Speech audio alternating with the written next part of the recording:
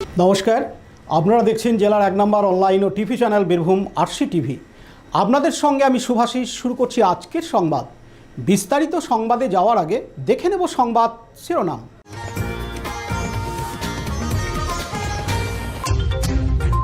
দুবরাজপুর বিধানসভার বিজেপি প্রার্থী অনুপ কুমার সাহাকে ঘিরে ক্ষোভ।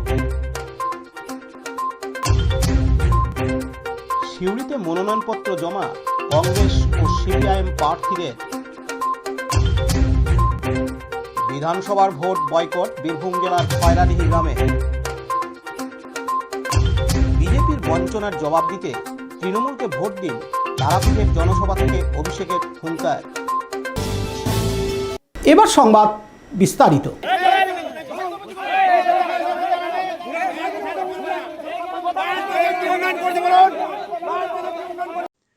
দুবরাজপুর ব্লকের লোবা গ্রাম পঞ্চায়েতের বেশ কয়েকটি গ্রামে দুবরাজপুর বিধানসভার বিজেপি প্রার্থী অনুপ কুমার সাহা ভোট প্রচার করার সময় তাকে ঘিরে ক্ষোভ দেখা যায় এলাকায়, যা সোশ্যাল মিডিয়ায় ইতিমধ্যে ভাইরাল হয়েছে। বিভিন্ন বিষয়ে ক্ষোভ দেখান বিজেপি প্রার্থীকে ঘিরে। সেরকমই আজ শনিবার 4 এপ্রিল লোবা গ্রাম পঞ্চায়েতের ঝিরুল গ্রামে দুবরাজপুর বিধানসভার বিজেপি প্রার্থী অনুপ কুমার সাহাকে ঘিরে ক্ষোভ দেখা যায়। কি উন্নয়ন করেছেন এলাকাবাসী জানতে চান, তার পথ আটকানোর চেষ্টা করেন। যদিও বিজেপি প্রার্থী অনুপ কুমার সাহা বলেন, কোনো ঘটনা ঘটেনি, ভোট প্রচারে ব্যাপক সাড়া দিচ্ছে। মানুষ একটাই জিনিস চাইছে, শুধু পদ্মফুল আর পদ্মফুল। আগামী 23 এপ্রিল মানুষ বিজেপিকে ভোট দেওয়ার জন্য মুখিয়ে আছে। যেটা বিক্ষোভ দেখছেন সেটা পুরোপুরি তৃণমূলের নাটক। তিনি আত্মবিশ্বাসের সঙ্গে বলেন, ভোট আমাকেই দেবে জনগণ। এদিন তিনি আরও জানান, আজকে প্রচার চলছে লোবা অঞ্চলে, আমরা প্রত্যেকটা জায়গায় যাচ্ছি, ব্যাপক সারা, মানুষ ভোট দিতে চায়। তৃণমূলের নেতাকর্মীরা ভয়ে রাখতে চায় মানুষকে, আর আমরা চাই ভয়মুক্ত সমাজ করতে। আমরা মানুষের কাছে যাচ্ছি, প্রত্যেকটা জায়গায় ব্যাপক সারা। মানুষ 23 তারিখে একটাই চিহ্নে ভোট দেবে, পদ্মফুল পদ্মফুল। কি চেয়েছে, মানে ঝিরুলে কি হয়েছে? কোথাও কোনো কিছু হয়নি, সব জায়গায় একটাই আওয়াজ, পদ্মফুল। আপনাকে ঠেলাঠেলি কেন করা হয়েছে? কোনো জায়গাতেই কিছু হয়নি। ওনারা এসেছিলেন, আবার কথা বলেছেন, আবার চলেও গেছেন, ফোন নাম্বার নিয়ে গেছেন, আমার সাথে কথা বলেন। উন্নয়ন যে হয়নি বলছে, কি উন্নয়ন দেখতে? এটা তো তাদেরই দায়িত্ব ছিল। বাংলার মানুষ তো তৃণমূল কংগ্রেসকে রাজত্বে নিয়ে এসেছিল, ক্ষমতায় করতে পারেনি। আমাকে কোনো কাগজ দেয়নি, কাগজ দেবে বললো, যোগাযোগ রাখবে। যেটা দাবি করছে যে 5 বছর ধরে বিধায়ক কোনো কাজ করেননি, সেই কারণেই বিক্ষোভ। কি বলবেন? কোনো বিক্ষোভই না, নাটক। মানুষ নাটক দেখবে না, মানুষ ভোট দেবে। যারা বলছে তারা তো তৃণমূল। এটা কি পরিকল্পিতভাবে করা হয়? 100% পরিকল্পিত, কিন্তু কোনো জায়গায় কোনো কিছুই করতে পারে না। কিন্তু আজকে মানুষ দেখলো যে বিজেপিকে তারা চাইছে, বিজেপি আসলে সুশাসন আসবে, মানুষ ভয়মুক্ত হয়ে বাঁচবে, মানুষ এটা চায়। কংগ্রেসের নেতারা, এখানে নদী আছে আপনারা জানেন, বালির টাকা যেভাবে তারা আত্মসাৎ করছে, অঞ্চল সভাপতি তিনি একাই খাবেন, একাই তিনি পেট ভরছেন, আর এলাকাটাকে অশান্ত করছেন। সে অশান্ত আমরা হতে দেবো না। লোবা মায়ের যে জায়গা, এই শান্ত এলাকা রাখবো আমরা। কোথাকে অভিযোগ করবেন এই বিক্ষোভ হয়েছে? দেখুন, অভিযোগ কোথাও করার বিষয় নয়, কোনো ধরনের ঘটনা হয়নি। ওনারা চেষ্টা করছিলেন, কিন্তু চেষ্টা বিফল হয়েছে।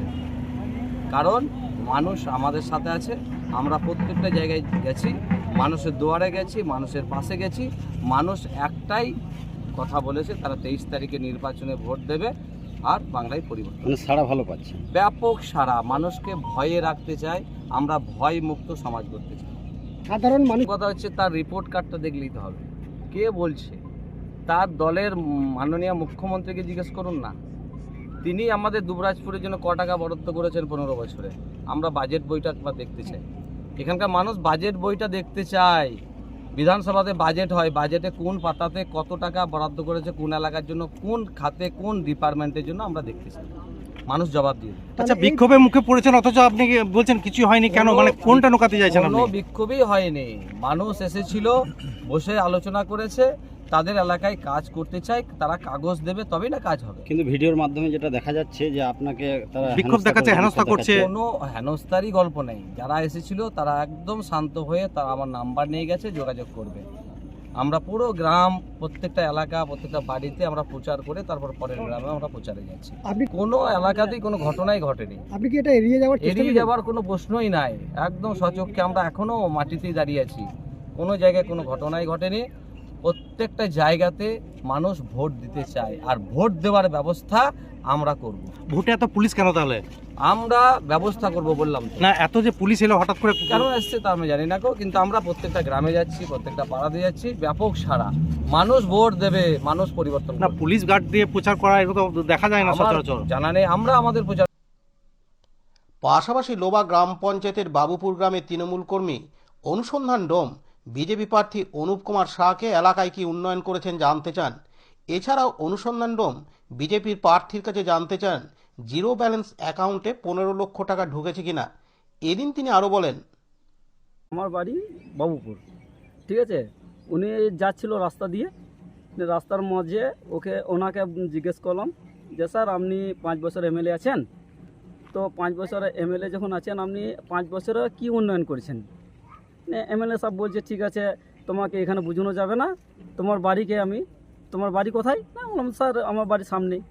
আমার বাড়িতে গেলেন উনি, বাড়িতে গিয়ে বলছে আমি যাবো, বললাম যে স্যার গেল। যাওয়ার পর আমি বললাম যে আপনি যে 5 বছর এমএলএ হয়েছেন, আপনি উন্নয়ন কী করছেন? বলছে আমাকে উন্নয়ন করতে দেয় নাই, হ্যান না ত্যান নাই করছি, এরকম মানে আমাকে উনি বলছিলেন, ঠিক আছে। তারপর আমি ওকে জিজ্ঞেস করলাম যে আপনি যে 15 লাখ টাকা দেবো বলেছিলেন, মোদী সরকার থেকে বলেছিল যে 15 লাখ টাকা দেবো, তো অ্যাকাউন্টে ঢুকেছে? বলছে না, ঢুকে নাই। তারপর আমাকে জিজ্ঞেস করছিল যে তুমি কি তৃণমূলে করবি? আমি স্বেচ্ছায় বলেছি হ্যাঁ আমি তৃণমূল করবি, এটুকু। উনি আমি খালি জিজ্ঞেস করতে চেয়েছিলাম, উনি আমাদের এলাকায় বিধায়ক এমএলএ, সেই জন্য ওকে জিজ্ঞেস করতে চাইছিলাম যে আমাদের গ্রামে বা আমাদের পাড়াতে কি উন্নয়ন হয়েছে, সেই উন্নয়নের কথা ওকে জিজ্ঞেস করছি। তিনি কোনো উত্তর দিতে পারেননি। উনি কোনো উত্তর দিতে পারেননি, এইটুকুই। তারপর কি উনি চলে গেলেন? হ্যাঁ, তারপর কিছুক্ষণ ওই ছিল, নিয়ে চলে গেলাম। কিছুক্ষণ থাকতে বলছে বলে ওই আরও অনেক রকম কথা বলছিল, নিয়ে বললাম অত শত আমি কথা শুনতে চাই না, আপনি কি উন্নয়ন করেছে খালি বলুন। তারপর উনি চলে গেলেন। আপনার নামটা? আমার নাম অনুসন্ধান ডোম। আপনি কে? তৃণমূল কর্মী? আমি তৃণমূল কর্মী। জানা গেছে লোবা গ্রাম পঞ্চায়েতের ঝিরুল গ্রামে ক্ষোভের পর দুবরাজপুর বিধানসভার বিজেপি প্রার্থী অনুপ কুমার সাহার প্রচারে পুলিশ ও কেন্দ্রীয় বাহিনী দিয়ে দেওয়া হয় যাতে কোনো অপ্রীতিকর ঘটনা না ঘটে। দুবরাজপুর থেকে লালটু মুখার্জির রিপোর্ট, বীরভূম আরসি টিভি। আজ শনিবার 4 এপ্রিল সিউড়ি বিধানসভা কেন্দ্রের নির্বাচনী প্রস্তুতি আরও জোরদার হলো। এদিন জাতীয় কংগ্রেস ও সিপিআইএমের প্রার্থীরা মনোনয়নপত্র জমা দেন সিউড়ি জেলাশাসক দপ্তরে। মনোনয়নপত্র জমা দিতে দলীয় কর্মী সমর্থকদের সঙ্গে জেলাশাসক দপ্তরে পৌঁছান দুই দলের প্রার্থীরা। প্রশাসনিক নিয়ম মেনে মনোনয়নপত্র জমা দেওয়ার পর সাংবাদিকদের মুখোমুখি হয়ে তারা নিজেদের নির্বাচনী লক্ষ্য ও জনসংযোগের বার্তা তুলে ধরেন। এদিন সিউড়ি বিধানসভা কেন্দ্রের কংগ্রেস প্রার্থী জানান, মানুষের মৌলিক সমস্যা ও উন্নয়নের প্রশ্নকে সামনে রেখেই তারা ভোটের লড়াইয়ে নেমেছেন। কংগ্রেস প্রার্থী আরও জানান, আজকে আমরা এসডিও সাহেবের চেম্বারে সিউড়ি বিধানসভা, দুবরাজপুর বিধানসভা, সাঁইথিয়া বিধানসভা এবং ময়ূরেশ্বর বিধানসভার আমরা নমিনেশন জমা দেবো। ভারতীয় জাতীয় কংগ্রেসের পক্ষ থেকে আমরা মনোনীত হয়েছি। ভারতীয় জাতীয় কংগ্রেসের পক্ষ থেকে আজকে আমরা বর্ণাঢ্য মিছিল করে বহু মানুষের সমাগম হয়ে আমরা বহু মানুষের আশীর্বাদ নিয়ে, সিউড়ি মানুষের আশীর্বাদ নিয়ে, মা তারার আশীর্বাদ দিয়ে, পাথরচার্বির আশীর্বাদ নিয়ে আমরা আজকে নমিনেশন ফাইল দাখিল করছি। আমরা আশাবাদী সিউড়ি কংগ্রেসের মাটি, এবং কংগ্রেস কিছুটা পিছিয়ে পড়েছিল, কিন্তু এখন দেখছেন মানুষের ঢল যেভাবে নেমেছে কংগ্রেসের, হ্যাঁ, স্বতঃস্ফূর্তভাবে, কাউকে ভাড়া করে আনতে হয়নি, কাউকে টাকা দিয়ে আনতে হয়নি, কেউ সেলফ হেল্প গ্রুপের নয়, কিছু নয়। কংগ্রেস কর্মীরা একত্রিতভাবে সব গোটা বীরভূম জেলায় ঝাঁপিয়ে পড়েছে কংগ্রেস একটা ভালো রেজাল্ট করে। আমাদের দুজনেই মূল প্রতিপক্ষ। আমরা কোনো ব্যক্তি কেন্দ্রিক রাজনীতি করি না। এখানে উজ্জ্বল চট্টোপাধ্যায় বা জগন্নাথ চট্টোপাধ্যায় ব্যক্তিগত কেউ আমাদের শত্রু নয়। আমাদের এখানে নীতির লড়াই, আমাদের এখানে এথিক্স লড়াই। ধর্মনিরপেক্ষ যে দল থাকবে, যে দল ভারতবর্ষের কাজ করবে, যে দল যুবকের কর্মসংস্থান করবে, শিক্ষার আলো দেখাবে, যে দল স্বাস্থ্য উন্নতি করবে, যে দল রাস্তাঘাটে উন্নতি করে, যে দল মানুষের কথা ভাববে, সেই দল আমাদের সঙ্গে থাকবে। আপনার নাম? সঞ্জয় অধিকারী, বীরভূম বিধানসভা 285 প্রার্থী আমি। অন্যদিকে সিউড়ি বিধানসভা কেন্দ্রের সিপিআইএমের প্রার্থী দাবি করেন, সাধারণ মানুষের অধিকার ও জনস্বার্থের ইস্যুকেই নির্বাচনের মূল হাতিয়ার করা হবে। এদিন তিনি আরও বলেন, মনোনয়ন জমা দিতে এসেছি, সে কোনো প্রশ্ন। আমরা সিউড়ি বিধানসভার 4 জন প্রার্থী। হ্যাঁ, সিউড়ি, দুবরাজপুর, ময়ূরেশ্বর, সাঁইথিয়া। কতটা আশাবাদী আপনি? 100% আশাবাদী। লড়াই কতটা কঠিন? লড়াই মিডিয়া আমার দেখতে পাচ্ছে না, বাকি জনগণ দেখতে পাচ্ছে। মিডিয়া তো বাইনারি তৈরি করে রেখেছেন, আপনারাই করে রেখেছেন আর কি, যে হয় তৃণমূল নয় বিজেপি।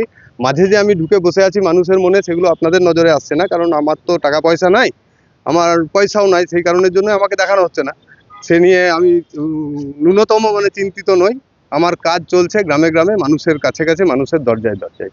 বলছি ঢাক বাজনা নিয়ে নাই কেন হচ্ছে? অনেকে তো দেখা গেল যে ঢাক বাজনা। দেখুন, মনোনয়ন হচ্ছে একটা সত্যি সত্যি আনন্দের ব্যাপার, কর্মীদের মধ্যে অত্যন্ত উৎসাহ থাকে, কিন্তু এবারে যে সিস্টেমে নির্বাচন কমিশন নির্বাচন করছেন, হাজার হাজার মানুষকে, আমাদের সহনাগরিককে, সহ ভোটারকে বাদ দিয়ে এই নির্বাচন হচ্ছে। এই নির্বাচনের মনোনয়ন থেকে শুরু করে সবকিছুতেই আমাদের মনের মধ্যে এক গভীর বেদনা নিয়ে আমরা এই নির্বাচনে অংশগ্রহণ করছি। সেই কারণের জন্যই সেই মানুষদের যারা ভোটার তালিকা থেকে বাদ গেছেন, তাদের সমবেদনা জানানোর জন্য এবং তাদের সমব্যথী হওয়ার জন্য, তাদেরকে সব রকমের সাহায্য সহযোগিতা করার জন্যই আমাদের বাজনা, ঢোল, হ্যান ত্যান, হাবি জাবির পরিবর্তে আমরা এই সাধারণভাবে এই মিছিল করেছি। এবং এটাই হচ্ছে আমাদের পার্টির, বাম ফ্রন্টের এবং সহযোগী দলগুলোর হচ্ছে অঙ্গীকার, যে সব ভোটারের নাম ভোটের আগে ভোটার তালিকাতে তুলতে হবে যারা বৈধ।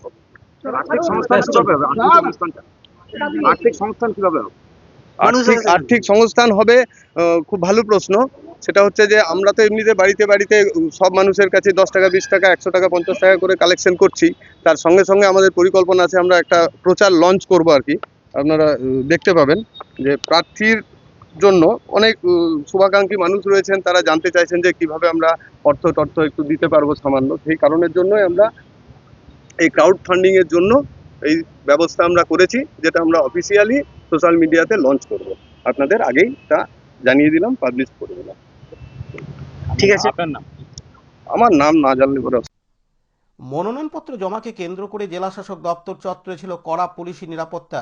নির্বাচন যত এগোচ্ছে, ততই সিউড়ি বিধানসভা কেন্দ্রের রাজনৈতিক তৎপরতা বাড়ছে বলে মনে করছেন রাজনৈতিক মহল। সিউড়ি থেকে পার্থ দাসের রিপোর্ট, বীরভূম RCTV। 2026 সালের বিধানসভা ভোটে তারা অংশগ্রহণ করবেন না। তারা অর্থাৎ গ্রামবাসীরা ভোট বয়কট করবেন বীরভূম জেলার অন্তর্গত খয়রাডিহি গ্রামে। সমস্ত রাজনৈতিক দলের নির্বাচনী প্রচার যখন তুঙ্গে, নেতাকর্মীরা ও সমর্থকরা যখন চূড়ান্ত ব্যস্ততায় ভোট প্রচারে ব্যস্ত, ঠিক সেই সময় বৈধ ভোটার তালিকা থেকে 65 জনের নাম বাদ যাওয়ায় সমস্ত গ্রামের গ্রামবাসীরা একমত হয়ে সিদ্ধান্ত নিয়েছেন 2026 সালের বিধানসভা নির্বাচনে তারা অংশগ্রহণ করবেন না, ভোট দেবেন না এবং কোনো রাজনৈতিক দলের কোনো প্রার্থীকে তাদের গ্রামে প্রচার করতে দেবেন না ও বিভিন্ন রাজনৈতিক দলের দেয়াল লিখনগুলিও তারা মুছে দেবেন শান্তিপূর্ণভাবে। এমনই ভোট বয়কটের দাবি জানিয়েছেন বীরভূমের সিউড়ি বিধানসভার অন্তর্গত চন্দ্রপুর থানার খয়রাডিহি গ্রামের বাসিন্দারা। এদিন গ্রামের বাসিন্দারা জানান, আমরা গ্রামবাসীর তরফ থেকে একটা সিদ্ধান্ত নিয়েছি এখন, যে সর্বদলীয় যে ভোট প্রচারের আছে, পতাকা আছে, স্টিকার আছে, সেগুলোকে আমরা মুছে দেবো। আমরা ভোট বয়কটের একটা সিদ্ধান্ত নিয়েছি। এখন আজকে আমরা পতাকা নামাবো, যে দলেরই হোক আমরা সসম্মানে নামাবো। যদি আমাদের মকসদ পুরো হয়ে যাবে, তখন আমরা পতাকা আবার সসম্মানে টাঙিয়ে দেবো, ওই দেয়াল লেখনও আমরা করিয়ে দেবো। এখন আমরা দেয়াল লেখন মুছে দেবো, আমাদের কালো পতাকা আমরা টাঙিয়ে দেবো। আমরা এখানে কোনো রাজনৈতিক দলকে অসম্মান করতে চাই না। গোটা গ্রামবাসীর থেকে, আমাদের তরফ থেকে এটা আমরা সিদ্ধান্ত নিয়েছি যে আমরা ভোট বয়কট করবো। প্রথমে যেটা বলবে সেটা হচ্ছে আমাদের গ্রামে আজকে রাজনগর ব্লকের আন্ডারে তাঁতিপাড়া গ্রাম পঞ্চায়েতের খয়রাডিহি গ্রামে 65 জন বৈধ ভোটারের নাম বাদ গিয়েছে ভোটার তালিকা। সেই জন্য কোনো রাজনৈতিক নয়, সম্পূর্ণ অরাজনৈতিকভাবে খয়রাডিহি গ্রামের জনসাধারণকে নিয়ে আজকে আমরা একটা আলোচনা করলাম এবং এই আলোচনায় যে সিদ্ধান্ত নেওয়া হলো, যদি এই 65 জনের নাম ভোটার তালিকায় যুক্ত না হয়, তাহলে খয়রাডিহি গ্রামের বাসিন্দা হিসেবে আমরা জনসাধারণের উদ্যোগে আজ থেকেই এই সময় থেকেই আমরা খয়রাডি গ্রামের যত রাজনৈতিক দলের পতাকা আছে, ব্যানার আছে, সমস্ত রাজনৈতিক দল, সেটা তৃণমূল হোক, বিজেপি হোক, সিপিএম হোক, কংগ্রেস হোক, সমস্ত রাজনৈতিক দলের পতাকা আমরা খুলে নেব এবং খয়রাডি গ্রামে কোনো রাজনৈতিক প্রচার আমরা করতে দেবো না। কোনো রাজনৈতিক কোনো দলেরই রাজনৈতিক প্রচার খয়রাডি গ্রামে চলবে না। এবং আমরা সমস্ত গ্রামবাসী মিলে এটাই সিদ্ধান্ত নিয়েছি যে এই 2026-এর বিধানসভা নির্বাচনে আমরা ভোট বয়কট করলাম। আর সেই প্রক্রিয়া আজ থেকেই শুরু হলো খয়রাডি গ্রামের জনসাধারণের উদ্যোগ। তো এই ব্যাপারটা প্রশাসনকে নজর দেওয়ার জন্য আমরা অনুরোধ করছি, এটা যেন খতিয়ে দেখে এবং তাদের নাম যেন যুক্ত করা হয়। আর সেইটা যদি না হয় তাহলে খয়রাডি গ্রামের বাসিন্দা ভোট বয়কট করবে এবং আজ থেকেই আমরা সমস্ত রাজনৈতিক দলের পতাকা খুলতে শুরু করলাম এবং ব্যানারগুলো আমরা খুলে দেব। আর কোনো রাজনৈতিক প্রচার এই গ্রামে চলবে না। চন্দ্রপুর থেকে সোমনাথ দের রিপোর্ট, বীরভূম আরসি টিভি। বীরভূমের তারাপীঠ সংলগ্ন করকরিয়া মোড়ে আজ শনিবার 4 এপ্রিল দ্বিতীয়বার জনসভা করলেন তৃণমূল কংগ্রেসের সাধারণ সম্পাদক অভিষেক বন্দ্যোপাধ্যায়। এদিন জনসভায় ভিড় ছিল চোখে পড়ার মতো। এর আগে গত 28 মার্চ তিনি এক জনসভায় ভাষণ দেন। আজ শনিবার 4 এপ্রিল হাসন বিধানসভা কেন্দ্রের প্রার্থী ফয়জুল হক গ্রুপে কাজল শেখের সমর্থনে আয়োজিত এই সভা থেকে তিনি উন্নয়নের পরিসংখ্যান তুলে ধরার পাশাপাশি কেন্দ্রের বিজেপি সরকারের বাংলার প্রতি বঞ্চনার কথা কড়া ভাষায় তুলে ধরেন। অভিষেক বন্দ্যোপাধ্যায় অভিযোগ করেন, কেন্দ্রীয় সরকার বাংলার মানুষের বাড়ি, রাস্তা এবং 100 দিনের কাজের টাকা আটকে রেখেছে।